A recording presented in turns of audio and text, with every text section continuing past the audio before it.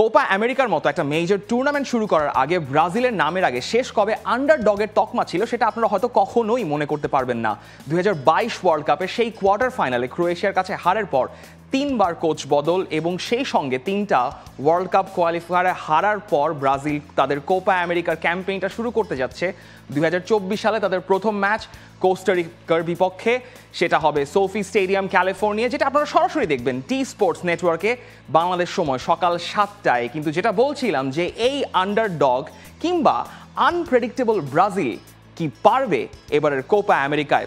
একসময় কোপা আমেরিকাটাকে ব্রাজিলের টুর্নামেন্টই বানিয়ে ফেলা হয়েছিল, সেটা যদি আপনি 1997 থেকে 2007 সাল পর্যন্ত চিন্তা করেন।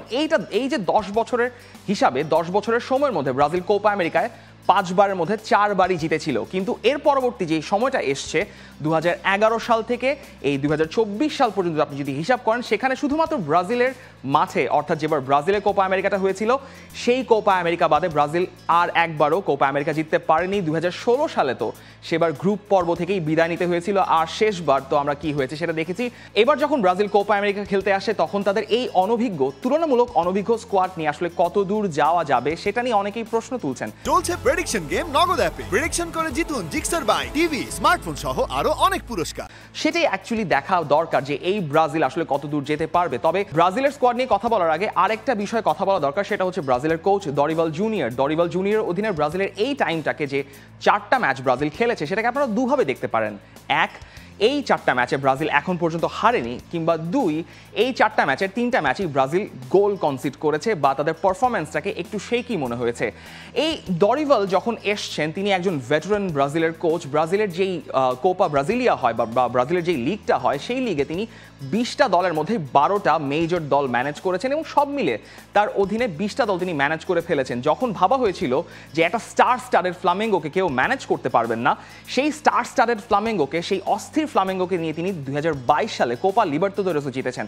এখন এই দরিভালের অধীনে থাকা ব্রাজিলকে তাদের যে প্লেইং স্টাইলটা সেটাকে বলা হয় ফেলিখাও কম আহোস, বা এটার অর্থ হচ্ছে ডাল ভাত মানে হচ্ছে বা রাইস অ্যান্ড বিনস ব্রাজিলের হচ্ছে স্টেপল ফুড।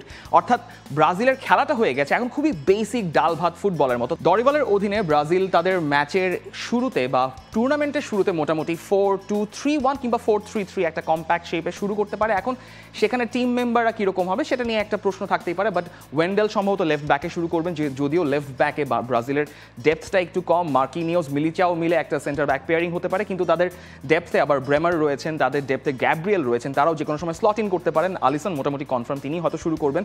আর রাইট ব্যাকে দানিলো থাকবেন, যিনি ব্রাজিলের ক্যাপ্টেন। এখন মিডফিল্ড পেয়ারিংয়ে ডগলাস লুইস, গিমারাইন্স এবং পাকেতা থাকতে পারেন, যদিও সেটা যদি 4-3-3 ফরমেশনে হয় তবে সেখানে ব্রুনো গিমারাইন্স তিনি সেই সেন্ট্রাল পিভট রোলে পালন করবেন। ডগলাস লুইস এবং পাকেতা থাকবেন 2 ফ্ল্যাঙ্ক বা 2 সেন্ট্রাল স্পেস ধরে। সামনে ফ্রন্টে ভিনিসিউস, রদ্রিগো এবং রাফিনিয়ার ফ্রন্ট 3 আমরা দেখবো, যেটা খুবই ট্যাকটিক্যালি সুইচ করে বিভিন্ন সময় গেম ফেজ অনুযায়ী। তবে ডিফেন্সিভ শেপে যখন ব্রাজিল থাকবে, যেটা বলছিলাম যে খুবই কম্প্যাক্ট 4-4-2 একটা ডিফেন্সিভ শেপে ব্রাজিল ডিফেন্ড করে থাকে, যেখানে রাফিনিয়া তিনি তাদের যে রাইট ব্যাক দানিলো থাকবেন তার সঙ্গে একটা 2v1 সিচুয়েশন ক্রিয়েট করে এখানে কম্প্যাক্ট স্পেস তৈরি করে পাসিং অ্যাঙ্গেলগুলো ব্লক করতে চাইবেন, বা মিডফিল্ড থেকে যখন প্রোগ্রেশন বা লং বলগুলো ঠেকাতে হবে তখন ব্রাজিল একটা ন্যারো মিড ব্লকে বসে এই একটা কম্প্যাক্ট 4-4-2 শেপে ডিফেন্ড করে যাবে। তবে ব্রাজিলের মূল ফ্লেয়ারটা বা মূল অ্যাটাকিং কম্বিনেশনটা দেখা যাবে যখন তারা আক্রমণে যাবে। আক্রমণে অনেকটা ব্রাজিলের শেপ এরকম হতে পারে, যেটা রিয়াল মাদ্রিদে দেখা যায় যখন ভিনিসিউস এবং রদ্রিগো তাদের মধ্যে জায়গাটা পরিবর্তন করেন। ভিনিসিউস সাধারণত লেফট ফ্ল্যাঙ্ক থেকে তিনি শিফট করে তিনি সেন্ট্রালি চলে আসেন, এবং রদ্রিগো তিনি সেন্টার স্পেস থেকে ওয়াইড লেফট চ্যানেলে উঠে যান, এবং দেখা যাবে যে একটা 3-2-2-3 শেপ বা 4-2-4 শেপে ব্রাজিল আক্রমণে যেতে পারে। এখন এখানে মূল বিষয়টা হচ্ছে তাদের নাম্বার 10 রোলে পাকেতা কিন্তু এই কয়েকদিন খেলেছেন, লাস্ট কয়েকটা ম্যাচে পাকেতার জন্য সেই সেন্ট্রাল স্পেসটা ফাঁকা হয়ে যাবে যখন ভিনিসিউস কিছুটা ড্রিফট করে লেফটে চলে যাবেন, রদ্রিগো হয়তো ওয়াইডে থাকবেন। সেক্ষেত্রে রাফিনিয়ার জন্য ভেতরে ঢোকার বা কাট ইন করার যেমন অপশন থাকবে, রাফিনিয়া কিন্তু ভেতরে ক্রসও পাঠাতে পারবেন, এবং পাকেতা সেই সেন্ট্রাল ইনসাইসিভ পাসগুলো ক্রিয়েট করে ভিনিসিউস এবং রদ্রিগোর জন্য অ্যাটাকিং কম্বিনেশন ক্রিয়েট করতে পারবেন। তাদের পেছনে লুইস এবং গিমারাইন্স একটা ডিফেন্সিভ শেপে তারা সিকিউরিটিটা দেবেন। ওয়েন্ডেল কখনো কখনো ওভারল্যাপ করতেও পারেন ভিনিসিউস বা রদ্রিগোর সঙ্গে, তবে ওয়েন্ডেল কতটা আসলে ওভারল্যাপ করবেন, আক্রমণে যাবেন, সেটা খেলা দেখলেই হয়তো বোঝা যাবে। দানিলো, মিলিচাও এবং মার্কিনিউস মিলে তারা সেন্ট্রাল 3 ব্যাক স্পেস মিলে ব্যাক ক্রিয়েট করে তারা হয়তো সেই ডিফেন্সিভ শেপটা মেনটেন করে থাকবেন। ব্রাজিলের স্কোয়াডের আরেকটা বড় স্ট্রেংথ হচ্ছে তাদের মিডফিল্ড এবং ফরওয়ার্ডে যে স্কোয়াড ডেপথ রয়েছে সেটা ডেফিনেটলি ব্রাজিল যে কোনো সময় কাজে লাগাতে পারবে। সেখানে ব্রাজিলের পেসি উইঙ্গারও রয়েছেন, সাভিও রয়েছেন, মার্টিনেলি রয়েছেন, আর এন্ড্রিকের কথা আমরা একটু পরে আসছি।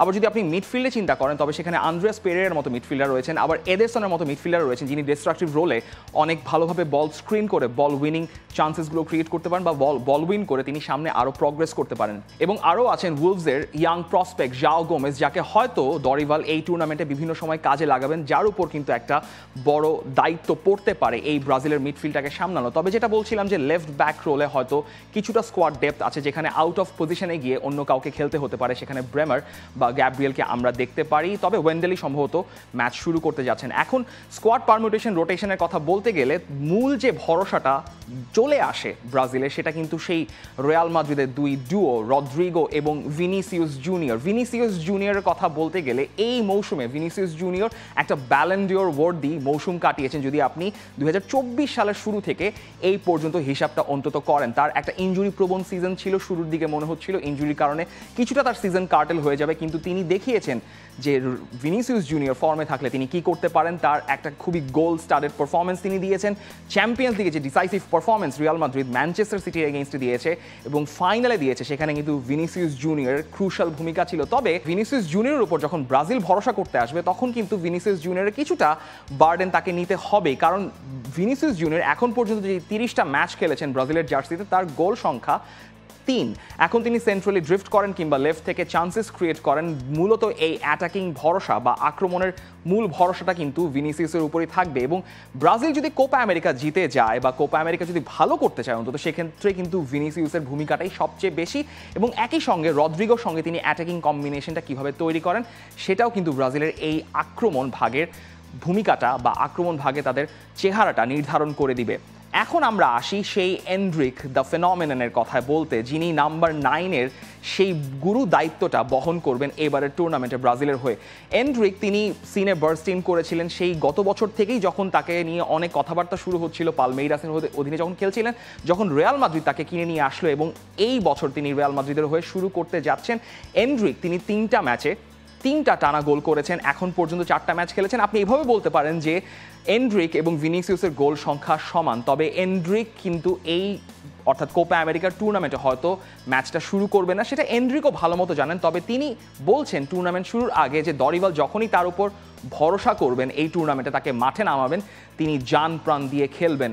এখন ব্রাজিলের সেকেন্ড অ্যাটাকিং ফেজে সেকেন্ড হাফে যখনই মনে হবে যে টায়ার্ড লেগস রয়ে গেছে তখন রদ্রিগো বা সামনে রাফিনিয়াকে সুইচ করে হয়তো এন্ড্রিককে নামানো হতেও পারে। সেক্ষেত্রে এন্ড্রিকের উপর তাদের নতুন নাম্বার 9-এর উপর নতুন করে ভরসা দেখতে চাইবেই এই ব্রাজিল দল।